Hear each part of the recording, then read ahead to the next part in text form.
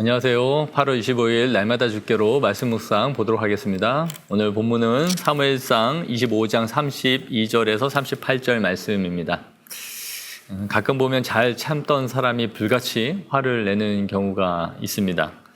또 평소에 침착하고 예리하던 사람이 이상한 어처구니 없는 결정을 내리는 경우가 있죠.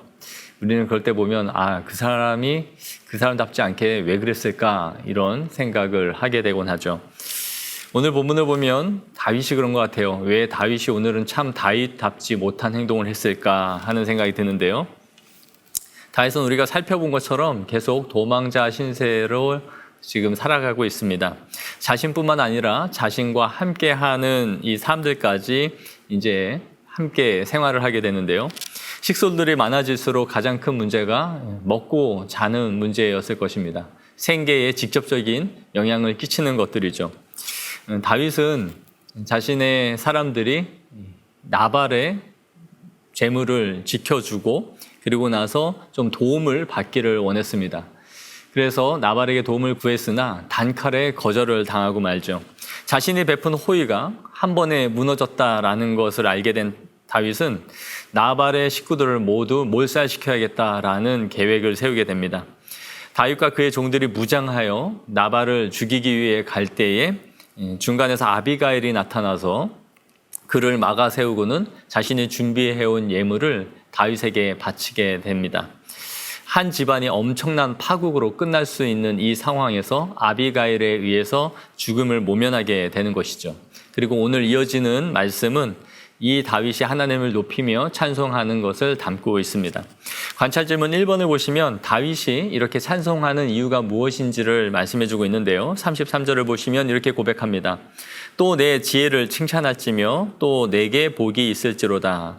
오늘 내가 피를 흘릴 것과 친히 복수하는 것을 내가 막았느니라.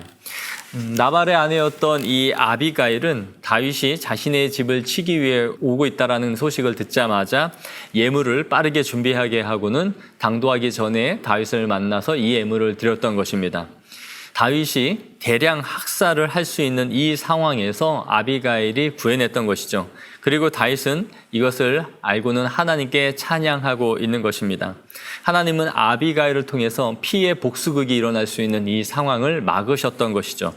관찰 질문 2번을 보시면 아비가일이 다윗에게 엎드려 나발의 잘못에 대한 용서를 구하고 있을 때에 나발은 무엇을 하고 있는지를 묻고 있네요. 36절을 보시면 그가 왕의 잔치와 같은 잔치를 그의 집에 배설하고 크게 취하여 마음이 기뻐하였다라고 기록하고 있습니다. 자신에게 죽음의 그림자가 미치고 있다는 것을 전혀 알지 못한 채 왕의 잔치와 같은 큰 잔치를 배설하고는 흥청망청 술에 취해 있는 나발의 모습을 비교하여 대조하고 있는 것을 보여주고 있습니다. 관찰 질문 3번을 보시면 나발이 낙담하여 몸이 돌처럼 굳은 후에 죽게 된 원인을 성경은 무엇이라고 말씀하고 있는지를 묻고 있습니다. 37절에 보시면 그가 술에서 깨어나자 그의 아내가 전날에 있었던 일을 그에게 말해 주었던 것이죠. 그리고 그의 몸은 돌처럼 굳어버리고 맙니다. 소위 우리가 말하는 지렸다라는 표현을 쓰는데 자신이 어제 당장에 죽을 수 있었다라는 것을 알게 되자 그가 사시나무 떨듯이 간담이 서늘해졌던 것이죠. 오늘 우리가 이 말씀을 우리에게 또 적용하고 묵상해 보기를 원합니다. 오늘 본문을 보시면 다윗이 다윗답지 못한 행동을 하고 있는 것을 보여줍니다. 다윗은 그를 그토록 죽이기 위해 따라다니는 사울을 복수할 기회가 있었죠. 하지만 다윗은 복수를 하지 않았습니다.